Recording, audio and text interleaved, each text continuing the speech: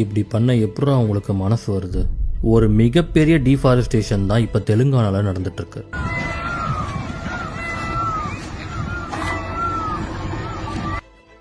400 acre forest அழிச்சு அது மேல தெலுங்கானா கவர்மெண்ட் ஃபியூச்சர் சிட்டி கட்ட போதான்.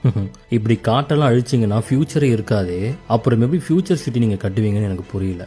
சீரியஸாவே நான் கேட்குறேன், அந்த காட்டில் மொத்தம் 233 பறவை இனங்கள் அங்கே இருக்கு. நீங்க புல்டோசரை வச்சு அதுங்க வாழ்ந்த கூட்டம் அழிச்சிங்கன்னா இப்போ அதுங்க எங்க போகும்னு சொல்லுங்க. அந்த ராத்திரி முழுக்க அங்க இருந்த மானும் மயிலும் பயத்தினால எப்படி கத்திருக்கும்னு தெரியுமா? இது எதுவுமே உங்க காதுல விழலையா? இல்ல நான் கேட்கறேன், அப்படி காட்டை அழிச்சு மிருகங்களை துரத்தி தான் நீங்க ஃபியூச்சர் சிட்டி கட்டணுமா? அப்போ அங்க இருந்த மிருகங்களுக்கு புது இடத்தை யார் தரப்போறா? அங்க இருக்கிற மிருகங்களும் பறவைகளும் எங்க தான் போகும்? ஃபாரஸ்ட் டிபார்ட்மெண்ட் வந்து கூப்பிட்டு போவாங்களா?